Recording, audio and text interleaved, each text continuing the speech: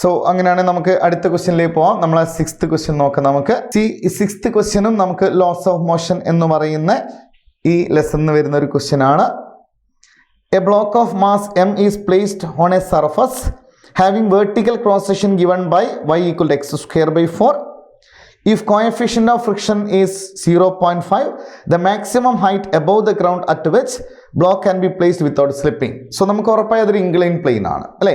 So ഈ incline പ്ലെയിൻ്റെ മുകളിൽ നമ്മളൊരു ബ്ലോക്ക് നമ്മൾ ജസ്റ്റ് ഇങ്ങനെ പ്ലേസ് ചെയ്തിട്ടുണ്ട്.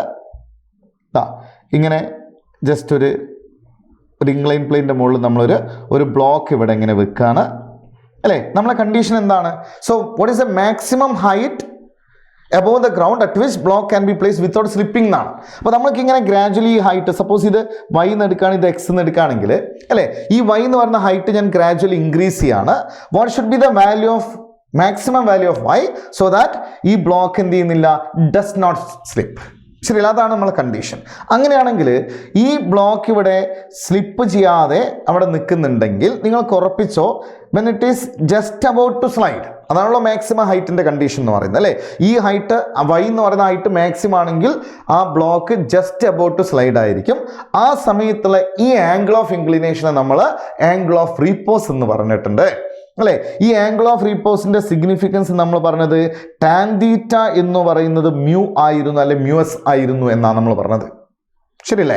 ഇനി ഇവിടെ എന്താണ് ഈ കേസിൽ ടാൻ തീറ്റ എന്ന് പറയുന്നത് ഈ സർഫസിന്റെ സ്ലോപ്പാണ് അല്ലേ. അപ്പം നമുക്കറിയാം ടാൻ തീറ്റ നമ്മൾ സ്ലോപ്പ് എന്ന് പറഞ്ഞാൽ അത് dy/dx ആണെന്ന് നിങ്ങൾക്കറിയാം.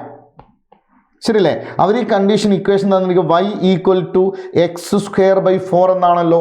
അപ്പം നിങ്ങൾക്കിവിടെ dy/dx കണ്ടാൽ ടാൻ തീറ്റ ഈക്വൽ ടു എന്ത് വന്നു? സോ 1/4 × 2x എന്ന് വന്നു. That is tan theta equal to എത്ര? x/2 എന്ന് വന്നു. But we know tan theta equal to mu s അല്ലേ. ആ മ്യൂ എസ് എത്രയാണ്? കോഎഫിഷ്യന്റ് ഓഫ് ഫ്രിക്ഷൻ എത്രയാണ്? 0.5 ആണ്. So tan theta equal 0.5 that means 1/2 ആണെന്ന് അല്ലേ. അപ്പോൾ ഇവിടെ നിന്ന് ഈ ടാൻ തീറ്റേൻ്റെ സ്ഥാനത്ത് ഞാൻ 1/2 എന്ന് കൊടുത്താൽ 1/2 ഈക്വൽ ടു x/2 ആണെങ്കിൽ see what is value of X then C എക്സിൻ്റെ വാല്യൂ എത്ര കിട്ടി നമുക്ക്? എക്സിൻ്റെ വാല്യൂ 1 കിട്ടി. ശരിയല്ലേ. നമുക്ക് കാണേണ്ടത് എക്സിൻ്റെ വാല്യൂ കിട്ടി. എന്താ ചോദിച്ചിരിക്കുന്നത്? ഈ y അല്ലേ, ഈ മാക്സിമം ആയിട്ടല്ലേ കാണേണ്ടത്.